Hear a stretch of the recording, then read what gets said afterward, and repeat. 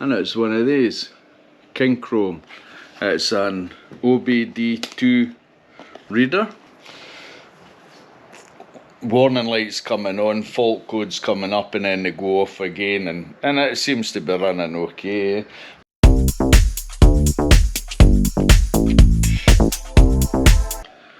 Well, I bought myself a present the other day, and it's one of these Kingchrome. It's an OBD2 reader. I had one for the car and I tried it on the bikes and it didn't work very well. I mean, look, this sort of machine, all you're going to do is erase codes and things like that. So it's OBD2 reader, OBD2 plug. This is the Kingchrome. I'm not sponsored by Kingchrome, I bought this myself. It's the K8411. So you also need to get the adapter plug. Now, I got one off of Amazon and it didn't work.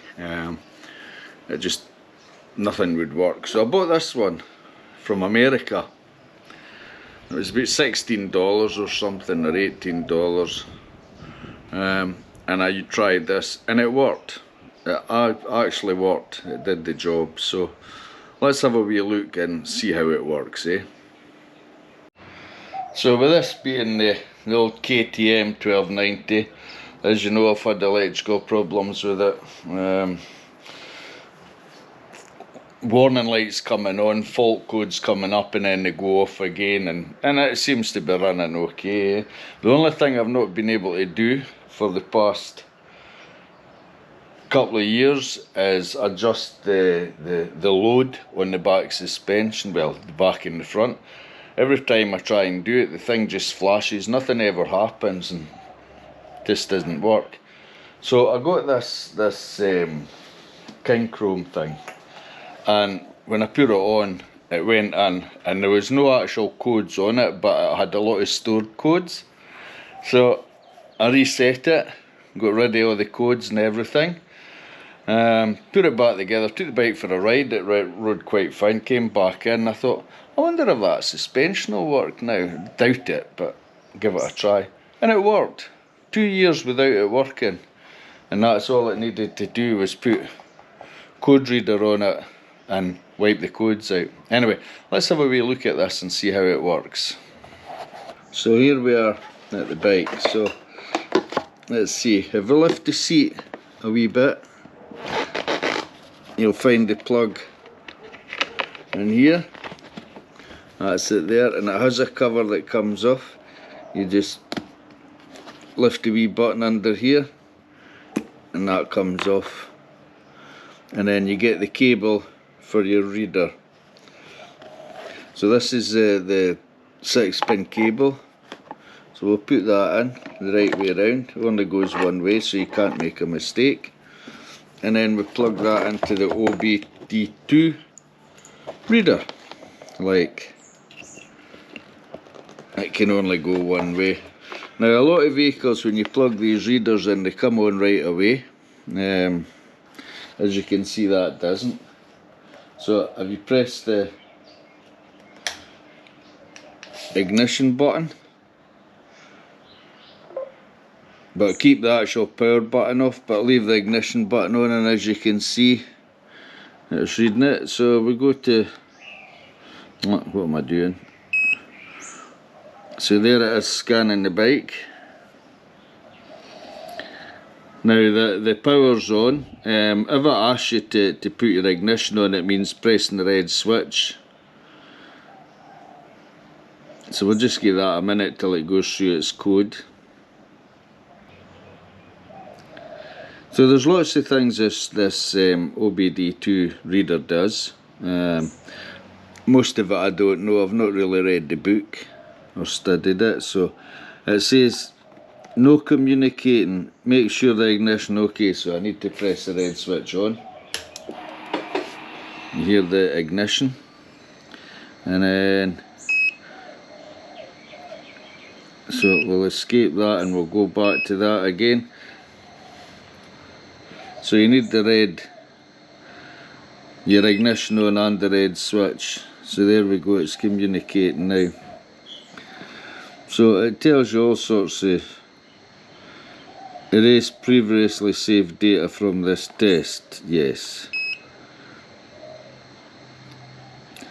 So there you go, you've got read codes, so you can read codes, stored codes, no code stored at the moment. Press any key to continue.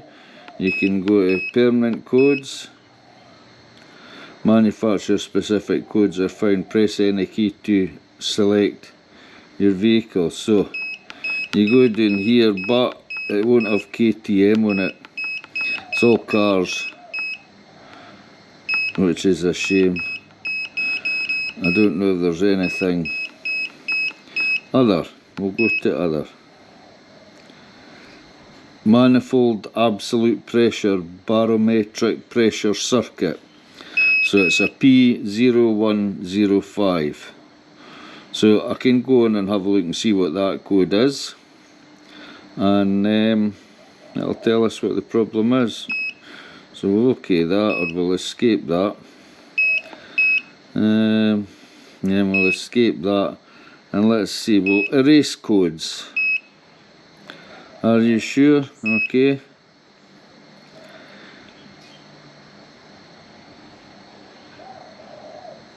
Erase done. Press any key to continue. There's a wee warning light came up there, so that barometric or whatever it is. You've also got live data. You can run your bike with this on. It gives you all your data. View freeze frame. IM readiness. Onboard monitor test. Component test. I don't think it'll work with the component test. There's loads of different settings on it that you can play with. I'm just learning about this, but it's quite a good wee tool. And like I say, I reset it all and took the bike for a run. It was running absolutely fantastic, but the fact that it actually fixed the rear spring, I don't know how. 2 years without it, eh?